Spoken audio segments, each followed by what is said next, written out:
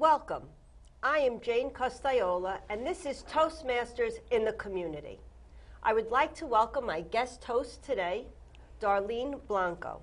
And she is our Area 64 Director, and she is an Advanced Communications Bronze and Advanced Leadership Bronze holder in our Toastmaster community. Darlene, what brought you into Toastmasters today? Jane, first, I just want to thank you and everyone for the opportunity to be here at No Limits today. What an amazing venue for an amazing meeting. My ability to be able to communicate and speak and share my mind is why I became a Toastmaster about 3 years ago. I couldn't deal with not being able to share so much great insight that I wanted to be able to communicate, and I had a very difficult time with confidence, and I just needed to really hone in and challenge myself to be brave and take those skills and develop them. And I needed a support group. I needed Toastmasters. Well, if any of you out there have the same feelings that Darlene had, we welcome you to join a Toastmaster club, or especially our No Limits Club, to join Toastmasters. Our first speaker today is Sang Ramasa, and the title of her speech is Shall We Dance? I will be evaluating Sang. Shall We Dance? Sang Ramasa.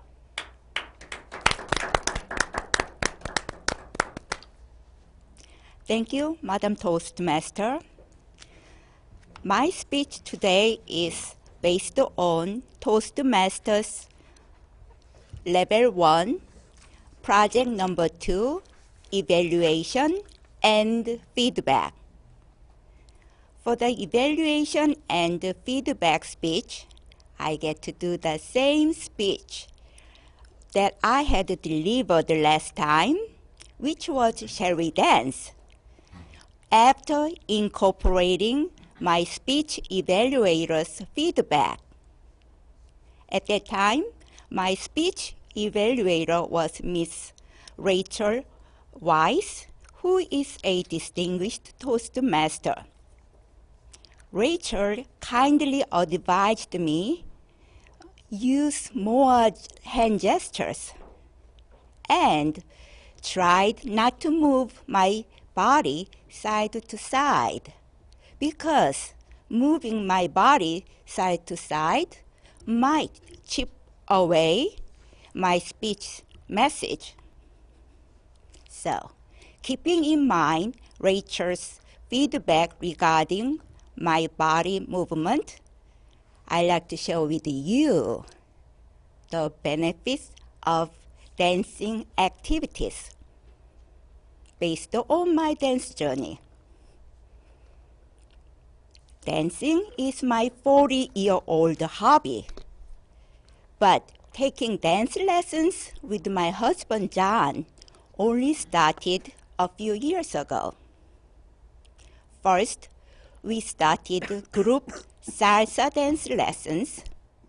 Then, it has been about 2 years since we've taken private ballroom dance lessons, 1 hour a week, here in Staten Island. Then, we practice our dance moves a few hours a week at home. My fellow Toastmasters, let me ask you a question. How many of you enjoy dancing? How about not interested in dancing? I think most of you are neutral. That's fine. I always enjoyed dancing, but not my husband. So I had so many years of persuading John to go to dance lessons with me until he was finally sold. How did I change his mind from not being interested in dancing to, okay, let's try it? First, I showed him the New York Times article about scientific study that was done by neuroscientists at University of Illinois in Urbana and other schools. According to the article, dance, mastering new moves, and triumphing over tricky timing, also avoiding your dance partner's toes, may be better for the brain than any other kind of exercise evidenced by the brain white matter growth, which is our brain cells that affect learning and brain function. Secondly, I kept telling him, visualize how fun it would be dancing under the stars on a cruise ship surrounded by good food, music, drink, and mingling other people. Third, I told him, dancing affects my mood, lifestyle, and overall life outlook. Ladies and gentlemen, I'll close my speech with a quotation from the writer, Vicky Baum, who said, "There are shortcuts to happiness, and dancing is one of them." Madam Toastmaster. Thank you very much, Song. Our next speaker is Anthony Drago. Excuse me. Anthony has an ACG and an ABL, and he has written a book, Go Prove Something, How to Communicate with Impact. How to Communicate with Impact, Anthony Drago. Thank you, Madam Toastmaster. I'm going to start with a question. What is the one word that can eliminate all the problems in the world today, from politics to personal relationships? Effective communication. Communication, in my opinion, is the ultimate backstage pass. It gets us into everything, but it also can get us out of things if done properly.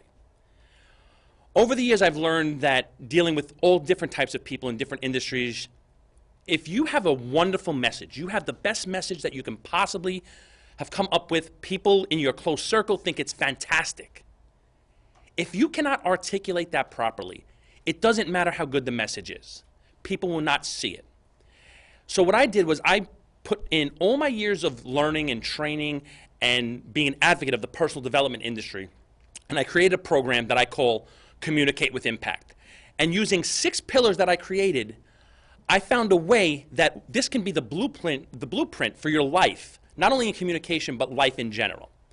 The first step, the first pillar, I should say, is self-awareness. We've all heard the who, what, where, when, and why questions, am I right? Where people have said, who are you? What are you about? And these are questions that if we take the time to really understand, it sets the tone for who we are, not just in communication, but in life.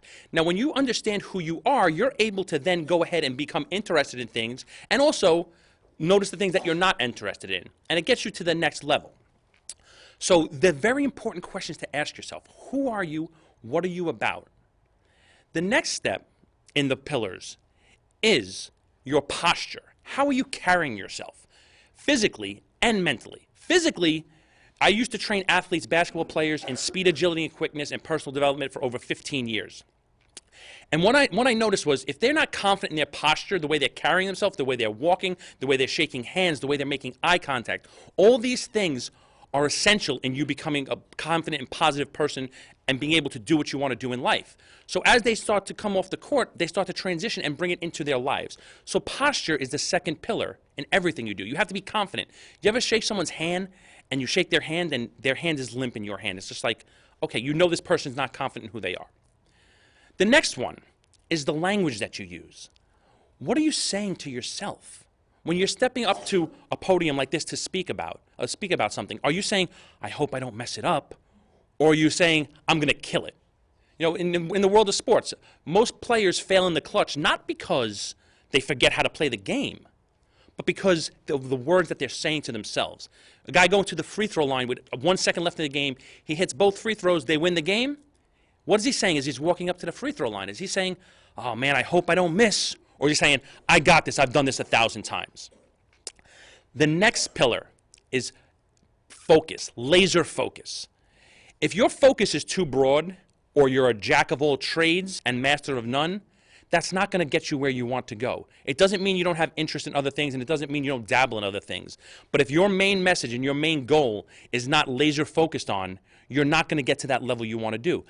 You know, when I speak in front of crowds and I use a message and I use an exercise where I'll bring someone up and I'll show them on the wall and I'll tell them, I'll use a flashlight and I'll tell them, I want you to point to that spot on the wall, right there, with the flashlight. And they're going to try and point. I'm like, no, we'll go higher, go down, go up, go down. And they're like, I can't hit the right spot. Why? Because it's too broad. But then if I get a red laser pointer and point it directly on the wall, I say, touch that spot. They're able to do it. Why? Because it's laser focused. So you have to be laser focused. Next is what I call PEQs, performance enhancing questions. The questions we ask ourselves set up our lives. Think about it. With someone you're trying to lose weight, what do you ask yourself? Why can't I lose weight? Your brain is going to try and figure out why. Because you eat too much, because your lifestyle is bad. But if you change those questions and say, how can I lose weight and enjoy the process? Your mind's going to say, well, you can go to the gym, enjoy it, you get your frustrations out. All different things that you can figure out based on the questions you ask yourself. And lastly, the last pillar is what I call PEDs. And it's not performance-enhancing drugs. It's performance-enhancing decisions. Based on the questions that you ask yourself creates answers, and those answers help you make the right decisions. Decisions are what shape us. If you make the wrong decision, it can affect your life going forward for years, decades going forward. So it's a matter of you asking the right questions and answers and then making the right decision going forward. Now, the thing I realized about the pillars, is that they have to coincide. They have to go in chronological order. You have to start off with your self-awareness. Once you're self-aware, then you can have your proper posture because you're interested, you're excited. Then from your posture, you start speaking differently. Once you start speaking differently, then you can focus better. You can focus on a more laser-like on what you want to go. And then once you're focused, your questions change, your answers change. And then once your answers change, the decision-making process becomes second nature. You don't have to think about it. So in closing, what I'd like to say is understand that your message you have inside you might be fantastic. And it might be one of the messages that can change the world. But if you can't get it out to the right people, it doesn't matter. So learn how to communicate with impact and go prove something to yourself, not to the world. Thank you. That was a wonderful speech, Anthony. I'm into right now reading a lot about self-talk and about what we have to do in order to get ourselves to perform better. And for this past 5 minutes, I'm self-talking to myself to say, please stop coughing. So I apologize for the coughing.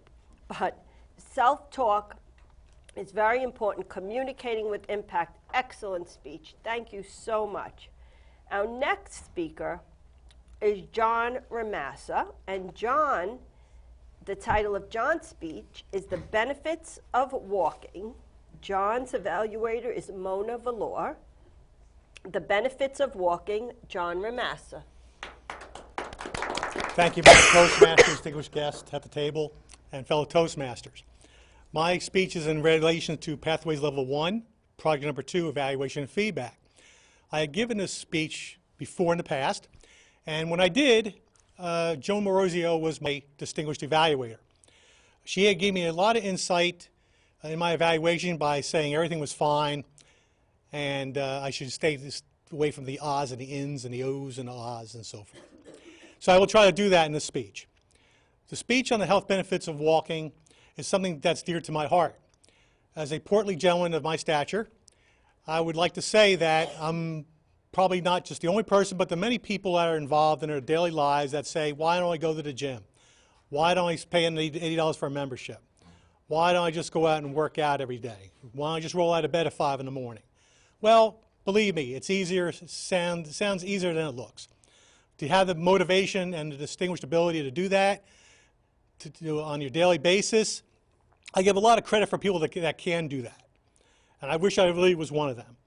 So instead of going through the runnings and the weightliftings and Zumba classes, which I'm sure would probably send me to the cardiovascular unit in the hospital, I would just like to say that one of the benefits that people really don't think about in a true daily form of life is walking. When you see someone walking down the street, walking in the park, walking even their dogs as animals and pets, believe me, just thinking you're walking that particular pet or animal or just walking down to the grocery store, it doesn't do anything for you. Well, I have to tell you that you're wrong. It will do something for you if you do it on a continual and daily basis. It'll pay off. I've lost about 10 pounds exactly myself in the last month or so. Why? Going to the gym? No. Running down the block? No. Being chased around by my wife? No. Just taking my dogs for a walk every single day for about an hour, hour and a half every day in the park for about a mile and a half, possibly, if that, has had a good overall benefit to my lifestyle. Believe me, in conjunction with everything else, food control and everything else involved, walking has actually brought my weight down, made me feel better, made me sleep better, and really gave me a lot of benefits that you would not ever dream of. So I like to say in connotation to my speech on the health benefits of walking, I like to refer to a couple issues real quick about walking strengthens your heart as an overall factor, cardiovascular system, and improves umpteenth percent as far as not doing any type of physical activity. Another statistical quality would be walking to lose weight. Walking instead of running or in condition with any other type of form of exercise, walking in by itself is a really total form of overall body work, which helps you lose your weight and maintain a healthy lifestyle. Another statistical event I like to point to would be walking lightens your mood.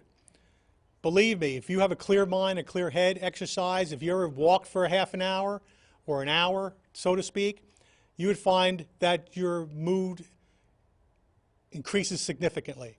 You have a clear head, clearer thinking, more enjoyable and happier mood, and I think that leads to an overall happier life. Another statistical quality will be walking helps you live longer. Well, if your cardiovascular health and overall metabolic health in your body is improved by walking and by exercising, of course, statistically, you should, by all means, you should be living a longer, healthier life, which not just benefits yourself, but your loved ones included. So benefits of walking in itself, in and of itself, instead of going to a gym, if you cannot drag yourself to the gym, walking in and of itself, making that a daily requirement, a daily lifestyle change, something that you can just take a half an hour out of your day if you can do it, which you should be able to do, instead of sitting in front of the TV set, you should be able to accomplish this with no maximum effort at all. And believe me, in the beginning it might seem like it's a lot, it might be a chore, it might be even tired after the first 30 minutes or so.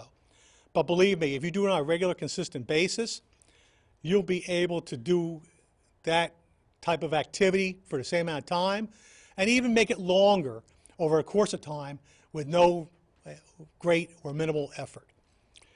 So as far as people's exercise regimens these days, people thinking what they can and cannot do between stopping smoking, watching what you eat, drinking and so forth, and just avoiding unhealthy lifestyles in general, you'd be surprised as far as walking is a very least minimal impact effect on your body, but overall greatest effect.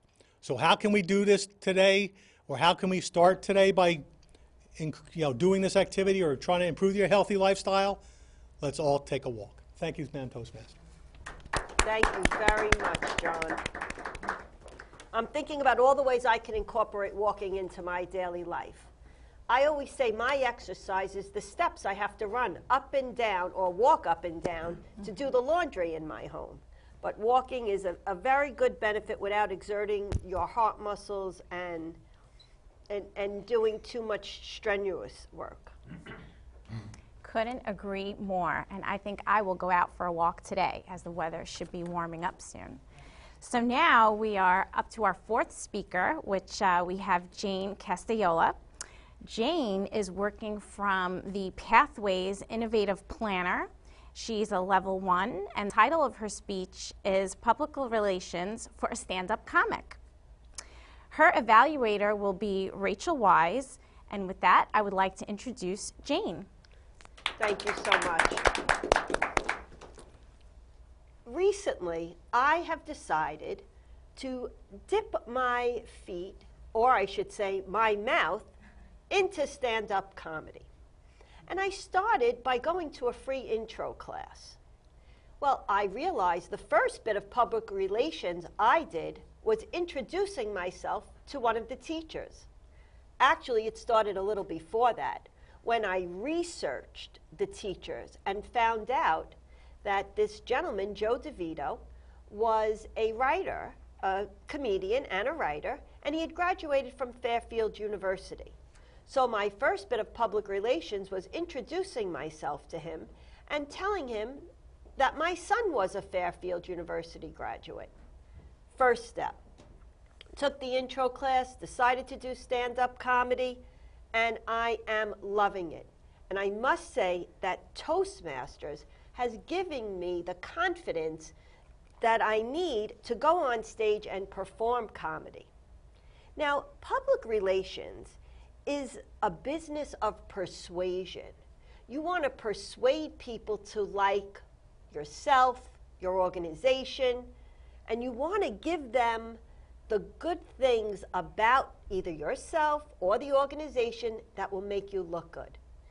You know, people talk about advertising when you advertise. So advertising is a public relations that you pay for. Publicity is what you pray for. So public relations is not an expensive venture as advertising may be.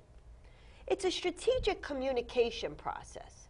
Now, as a stand-up comic, what sort of public relations could you do, especially when you're just starting and you don't have the high profile that some of the better comedians or the more prominent comedians such as Jerry Seinfeld, Jim Gaffigan, even my good friend Joe DeVito.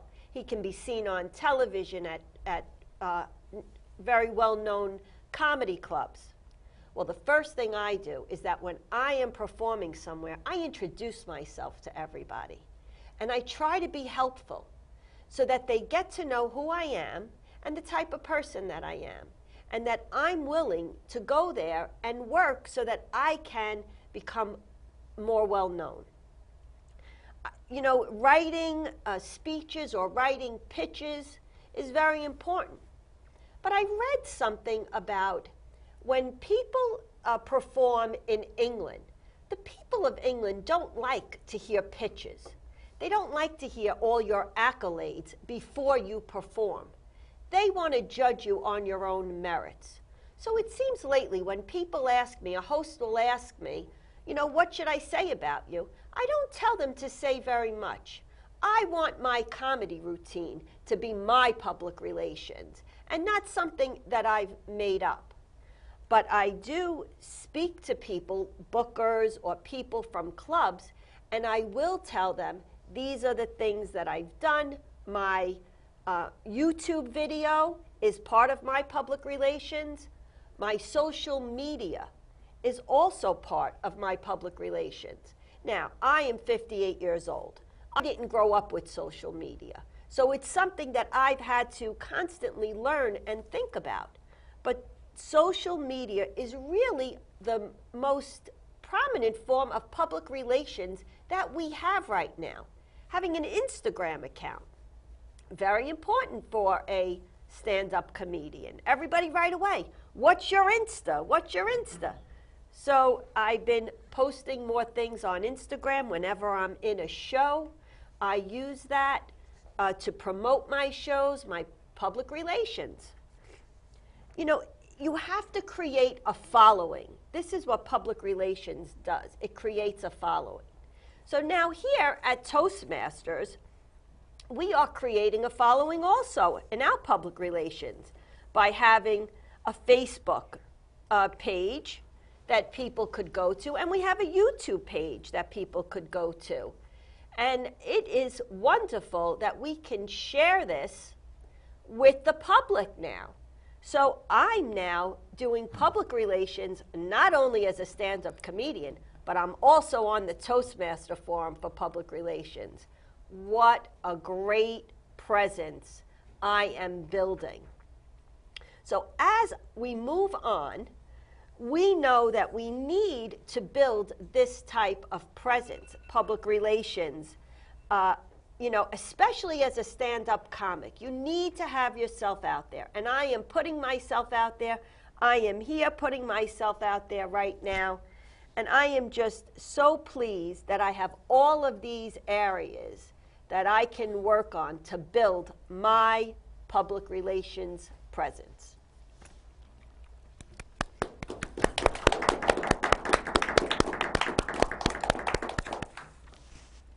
Our next speaker is Joan Maurizio, and she is a distinguished Toastmaster. And Joan, the title of Joan's speech is More Than You'll Ever Know. More Than You'll Ever Know, Joan Maurizio.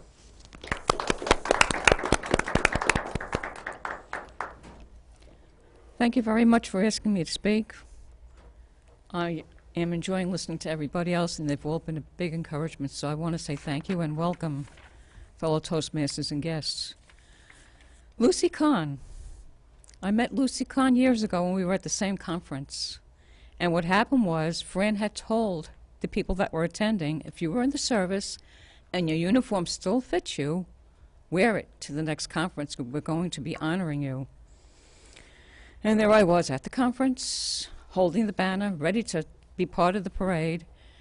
And I started to go through, and there was Lucy in her Air Force uniform. And I said, the lady in the Air Force uniform, come and join me. And I had to hold the right side of the banner. And we have been friends since then. I would say friendly acquaintances, not friends where we go out and party together and stuff like that. But we have been friendly since then, and I have to say thank you, Fran, for that. Lucy impressed me in so many ways. She's always cheerful. She never had a mean word to say about anyone. She gave excellent speeches, and she was in speech contests, too. Was she funny? No, she wasn't. She was hilarious. She made us really laugh. You could hear her in this audience when she gave so many funny speeches. I miss you, Lucy. I'm sorry you moved. I'm thinking about kidnapping you. It might be worth the 10 years in jail. But anyway, parents don't give you a name for nothing. I love Lucy. She's funny, too. She was a non-redhead version of Lucy. And who was she married to? Not Ricardo, Richard. She enriched Toastmasters in our lives in many, many ways, just as Fran did. Fran had her own sense of humor, and sometimes you didn't get it, but when you got it, you were on the floor laughing. So they were both very good at comedy. She never failed to give Fran the credit that Fran always really did deserve. She helped me so much in my first 2, 3, 5, 10 years. Don't give up. Yeah, you're in your 3rd year. You still say the word, but it's going to disappear, and she was right. It happened. I got the ly at the end of certain verbs from Fran. I can't give anybody else that credit. So I have to say in praise of these 2 ladies, they're very special, and we all encouraged each other. There were times when Lucy said to Fran, and she cocked her head a little, like a little puppy that didn't understand, "You think I can do that?" And Fran said, "I wouldn't tell you to do something I didn't think you could do." And I had heard those words many, many times. Lots of encouragement. What I'd like to do now is read this correspondence that I got, because it really wasn't meant for me. I was just a small part of this. But Lucy sent me a card, and with the card she sent me something that Fran earned in the last year that she was Toastmasters. And the card says, and I did not open these, I'm going to give them to the person that Lucy designated them to. January 10th. Ouch, that was months ago. To my dear Joan, I'm so sorry I was not able to send those letters to you last year. I was packing and got busy, and I just found them now. As I was unpacking my Toastmaster boxes, please give the 2 letters to Peter for Fran, and the other letter is for you.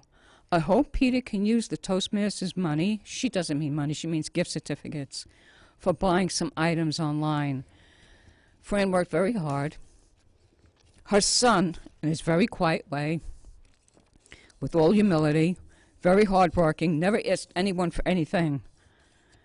And he doesn't want the recognition. He doesn't want it now. He didn't want it in the past. And he won't want it in the future. But Peter, I'm going to hand you these things when the show is over. I think it's a very nice thing that Lucy did. She could have turned it back and said, look, she's not here anymore. It probably would have been handed over to the next person, president, vice president in line. But anyway, sweet Lucy sent it to me.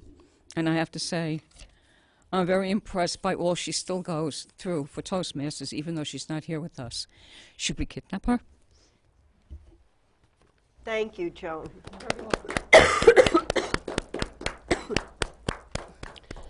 I'll be giving the first evaluation. And the evaluation is for Song Ramas's speech, Shall We Dance?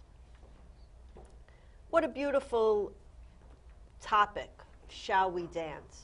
I enjoyed the first speech when she gave it, and I enjoyed the second speech even more. She really didn't have much to improve, but yet it was lovely the way she gave the speech, because it was a heartwarming thing that she was speaking about, her and her husband dancing. She didn't bob back and forth anymore. She speaks very well, very clear. And I really enjoyed listening to Song's speech, Shall We Dance? Great job, Song. Thank you. Our next evaluator is John Ramassa, and he is evaluating Anthony Drago's speech, How to Communicate with Impact. John Ramassa. Thank you, Madam Toastmaster, guest Toastmaster, and distinguished guests in the audience. I'm here to evaluate Anthony's speech on an effective topic of, which is very important in today's world, how to communicate with impact. People know what you're talking about, you're getting right to the point. I noticed with Anthony's speech that he was very direct, he's very clear, he's very concise. The topic I believe, held everyone's interest. His hand gestures were appropriate. His focal contact with the camera was good.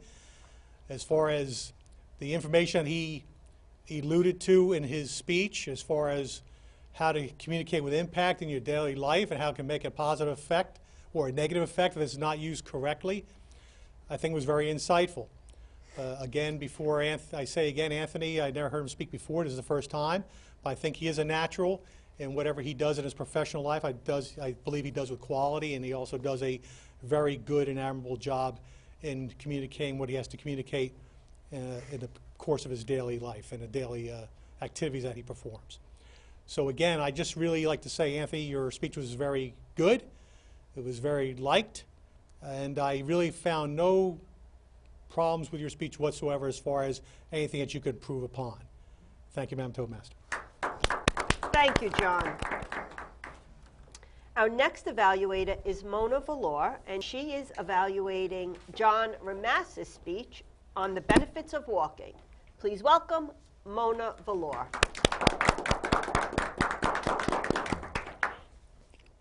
John, it was a pleasure to listen, not just because of the content, but the delivery as well.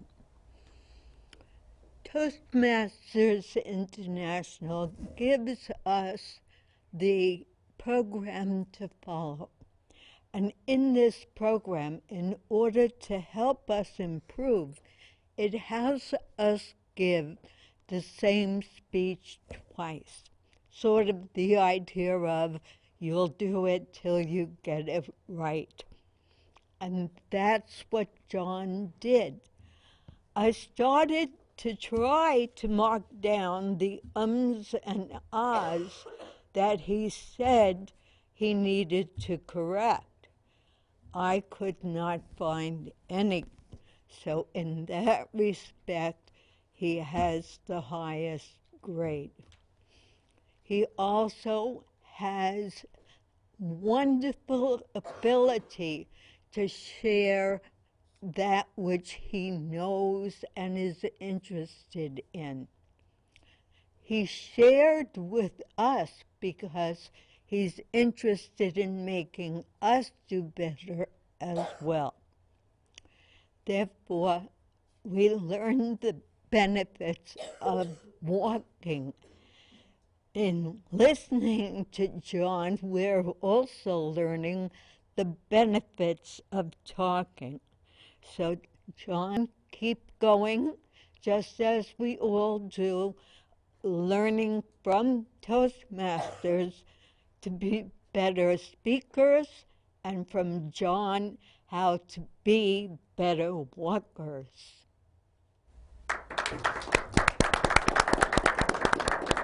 Thank you so much, Mona. And now, Rachel Weiss will be evaluating my speech, Public Relations for a Stand-Up Comic. Rachel Weiss. Thank you, Joan. I wanted to first point out that Joan's had a little bit of a problem with a dry cough. And as any speaker, that is a challenge. She has been able to put that under control as she was giving her speech. There are a couple of times where she looked off camera and she looked off to the side. She wasn't ignoring you, but she was trying to control that cough so that she could do a good job in presenting to you. So for this evaluation, I want to say that you've done an excellent job of working with the difficulties that are presented to us. Sometimes as a speaker, there are things that are out of our control. And Jane, you nailed it.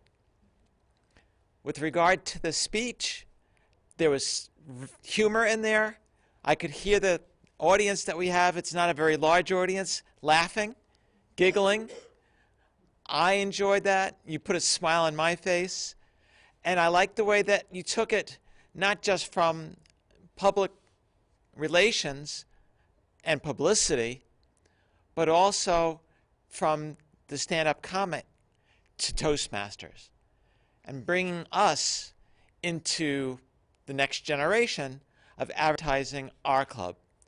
Thank you for incorporating that into your speech. I look forward to hearing more of your speeches as we follow your path in public relations. Thank you very much, Rachel. And I do apologize for the cough, and it is something that you cannot always control. Our next evaluator is Vanessa Robinson, and Vanessa is evaluating Joan Maurizio's speech, More Than You'll Ever Know. Vanessa Robinson. Joan, more than you'll ever know how to say it. What can I say about this speech? It was quick, but it was effective. I've heard you speak before. One running thing I've noticed with you is that you have this ability, regardless of the topic of which you're speaking, you have a tendency to sprinkle it with little bits of humor. This one was no exception. What did I like about the speech? I really honestly felt your emotions. This made me almost cry for a split second. No speech, no movies even do that to me. I felt your sincere appreciation and praise of both of your friends, one who's recently passed. I thought everything was excellent. You spoke with this particular assignment. Everything was clear, understandable. I felt that you were speaking a little quickly, kind of just a little too much. Just slow down the pace a little bit, maybe a few pauses in between transitions. I wish you'd maybe spoken a little louder. You have a very soft voice. But I have to say, considering how short the speech was, it was very effective. You created just from the get-go. As soon as you started, you created this idea, this picture, this very specific imagery in our minds, picturing you, your friends, many years ago, and then the letters was an excellent touch. I thought it was dynamite. Thank you very much, Vanessa. I am going to hand over our table topic questions to Darlene. Great, thank you, Jane. Table topics, one of my most favorite parts of the Toastmaster curriculum, because in addition to having prepared speeches, we also need to be able to speak impromptu, off the cuff. So in this exercise, our next series of speakers will speak from 1 to 2 minutes on a question that I will skip. So our first table topic contestant, well, not the contestant because we're not in a contest, but today is Anthony D. Now, Anthony, thank you for sharing so much about your backstage pass and how we use communication as that backstage pass. So your table topic question, Anthony, is, are you more worried about doing things right, or doing things at all, or doing things wrong? What worries you more? Getting it right, doing it all, or getting it wrong? I think the most important thing is doing things right, because I heard a quote years ago that kind of resonates with me to this day, and it says, if you do something wrong, when are you going to have a chance to do it right? When are you going to be able to correct it? So I think doing something right, even if it might take a little bit longer, even though it might be a little bit out of your comfort zone or out of the way of you're normally doing, I think doing something the right way the first time is going to get you more benefits than doing it wrong and trying to fix it. Not doing it at all, I don't think is an option, especially if it's something that you are passionate about or that you need to do for either your career or your home life or your family. But I think being right and doing it the right way the first time, in my opinion, is the most important. Thank you. Thank you. Great. Now, next up, we have Song. Now, Song, you gave a lovely speech earlier, and it really showed me how positive you have of this outlook on life. And I love that you keep dancing. So my question for you is, what has life taught you recently? Song, what has life taught you recently? Thank you for the compliment.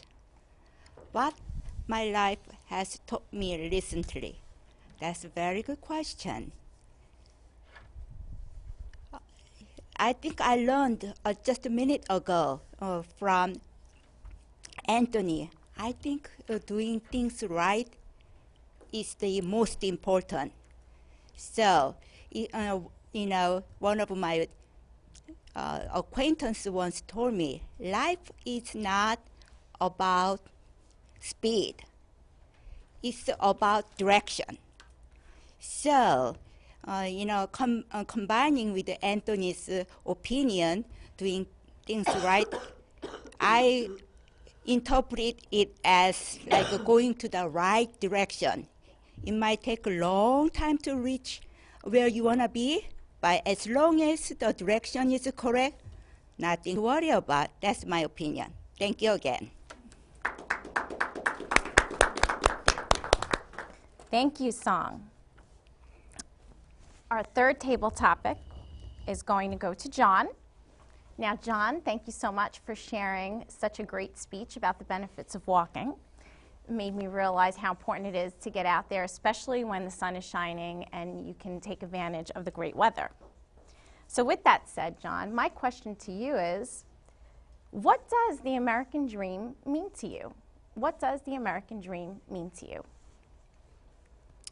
The American dream means to me is accomplishing things in your life, certain goals in your life that you always aspired to obtain, from having a job to having a family to having financial sustenance, and which I think benefits, or is most important of all, overall health. To me, living the American dream is to have those things that I just mentioned, to include also the fact is being able to serve your community and serving the human population as a whole to benefit everyone involved, and not just yourself.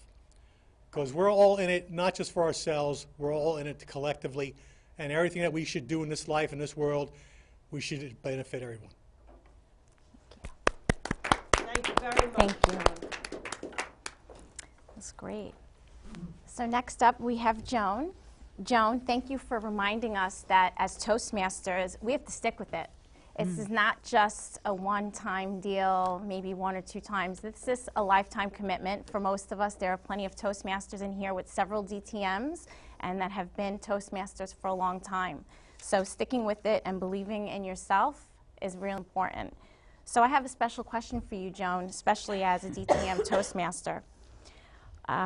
What would you regret not fully doing or having done in your life? What would you regret not fully doing or having not done in your life? That's easy. You see it in the awards all the time. People usually either thank the person that's giving them the opportunity to succeed at something. A lot of people will praise God first, which I think is important, or praise their parents. So this was a very easy question. There are a few other people I would like to thank, but then I would be up here for a few hours. So I'd say basically I love the fact that God puts the thought in my head. I love the fact my parents insisted on me getting an education so I could learn something in life. And here I am, and if I never speak again, I'll enjoy so much listening to all the other people that I hear in Toastmasters. I learn something every day as long as I'm going to Toastmasters because they are full of wisdom. So that's what I like, and I loved your question. Thank you. Thank you. Thank you so much, Joan. That's We great. have time for one more table topic question. Okay, great. So we will bring up Vanessa. And Vanessa is so optimistic always. She's a ray of sunshine. My question for you, Vanessa, is what are you most grateful for? What am I most grateful for? In a nutshell, everything. What am I most grateful for? Wow. I would have to say, I think about this a lot. I write down gratitude lists in my journal every month. There's so many things going through my mind, little things, devices, phones, cameras, being a cat mommy for 30 years straight. The most grateful, I would say, most amount of gratitude I have for anything would be that I've always had, in my opinion, in some ways I think I've had it too good in my life. I've never had anything negative happen to me. I was always taken care of, got what I wanted, got what I needed, vacations, education, always had what I needed, and then some. My grandparents spoiled me and my sister a lot when we were growing up. So much to be grateful for, so many things that I can't wrap up into one word, but if I had to, I would say that it's that things have gone very smoothly for me throughout my life. Thank you so much, Vanessa. And we have time for another table topic question. Great. One more. Rachel. Super excited. Let's see. So, Rachel, would you rather have less work or more work than what you're actually doing? And Now, we can cater that specific to your duties at this is- Toastmasters. Yeah. This is a very loaded question because I just happened to have that conversation with one of my employees yesterday, Jugal. And Jugal said, you know, you're putting in 50 hours of work here at UPS.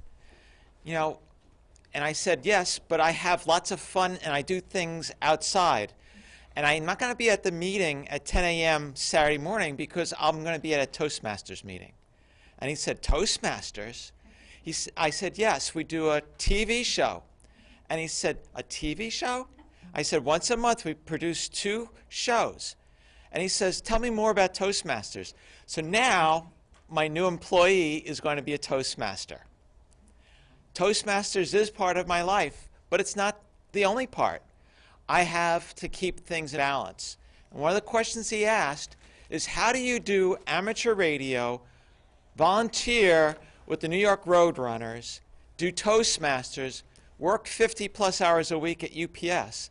I said, we find the time to do what we want to do. And, you know, sleeping is overrated. No, truthfully, you need the sleep in order to be able to do those things. So it's making the time for the things that are important, and I make time to make a difference. I thoroughly thank you for that question, and I hope to see you again here on Toastmasters in the community. Thanks, Darlene. Thank you so much, Rachel. So this show is seen on Channel 34, as you are watching, Saturdays at 7 p.m. It's also shown throughout other times. Sometimes I'm just, channel surfing and I shall see it come on. But now you're able to watch this anytime you'd like, because we have a Facebook page, Toastmasters in the community, and we also have a YouTube channel. Now, I'd like to ask you all to please like our Facebook page, and when you go to YouTube, please subscribe to our channel. If you go to Facebook and you click on the About page, and it'll link you to the YouTube page. Actually, if that is a little bit too much, I just searched Toastmasters in the community, and the videos will come up.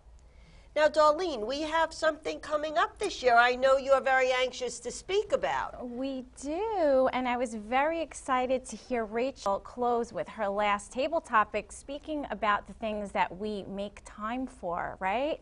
So Toastmasters is all about self-development, and we're all here from all different backgrounds and all different levels in our communication, but we're all here to support and improve and uplift one another, which is the reason why the Toastmasters curriculum is just so meaningful and personal to each of us. So up and coming on our many paths for success, because that is what our theme is for 2020. We have an amazing district conference that's going to be happening May 17th through the 19th. It is over a weekend. During that weekend, there will be lots of opportunity for personal development, professional development, club development, an opportunity for networking outside of our Toastmaster Club here, and we will be at the district, so it'll be all of District 83. The keynote speaker is a treat. His name is Aaron Beverly, and he is our 2019 World Champion of Public Speaking, so we will have his presence at the conference and on the stage. There will also be an array of different development workshops happening, and I'm proud of the New Day Toastmaster community in Staten Island that has stepped up to put a workshop together for that conference. So especially for us Staten Islanders, let's all get out there. Let's register for the annual conference. Again, it's May 17th through the 19th. Workshops, activities, contests, great food. It's right here in Edison, New Jersey, not too far away at our local Crown Plaza Hotel. So with that said, I'm going to turn it back over to Jane, and thank you so much. Thank you for being here today. It's been a pleasure. I want to remind everybody, this name of our show is Toastmasters in the Community. And we welcome anybody in our community to join us at Toastmasters or to join any Toastmaster club. We have people that come from New Jersey to be part of this club, but we would love to have you. If you'd like to be a guest and see if you would like it, please contact us, and we will invite you in so that you could come and see what we are all about. But this is for the community. We want to show you that you have a forum, you have a place to come to learn to overcome those fears. Anthony spoke about self-talk. What is your self-talk? Does your self-talk constantly tell you, I'm afraid, I don't want to do that, how could I do that? If you would just try it once, you'll see that you can do anything you tell yourself you can do. There's a book, Feel the Fear and Do It Anyway. With Toastmasters, that is our main goal, is to help you overcome your fear and be a great public speaker. Darlene, what do you think? This is your first time here at our show. What did you think? Wow. This was absolutely incredible. Not only is it a warm, welcoming environment, but the opportunity to be able to have this level of tools and sophistication around you with this studio. This is absolutely beautiful. I mean, I think it's one of the things where you realize how much of the networking and the people that you're meeting in Toastmasters can really help you get to where you need to be. And Jane, I think you used a great example as you spoke about your career in stand-up and how you've adapted and how you've had to take your personal brand from a non-social state to a social state. So we invite everyone again, I can't plug it enough, visit the Facebook page, get on and subscribe to our YouTube. This is a great place to be. There's so much room and room for growth here. We are in need of members. For those of you that are part of other clubs in the area, it's okay to be a part of more than one club. This can be the club that gets to broadcast you, right? Yes, yes, and we are open to anybody that wants to be part of a speaking community. Maybe you need to speak better for work. Maybe you want to be a better speaker in school. Maybe you just need to overcome a little fear or you want to be comfortable. You don't want to feel uncomfortable and you just want to get out of your comfort zone. This is what makes us successful, getting out of our comfort zone. So I cannot implore enough to you to try it. It's something you can come, you could see if you would like it. Sometimes just meeting new people opens up horizons for you. I want to thank our crew, Peter, AJ, Anthony, and Kenny, and CTV for giving us this opportunity, for working with us to keep this show going. This is what we do for our community. We are here to show you, the community, that Toastmasters is a wonderful forum for you. It can help you grow in many aspects of your life. It helps you be a more confident speaker, and we want to thank you today, and we hope to see you soon at our next club meeting.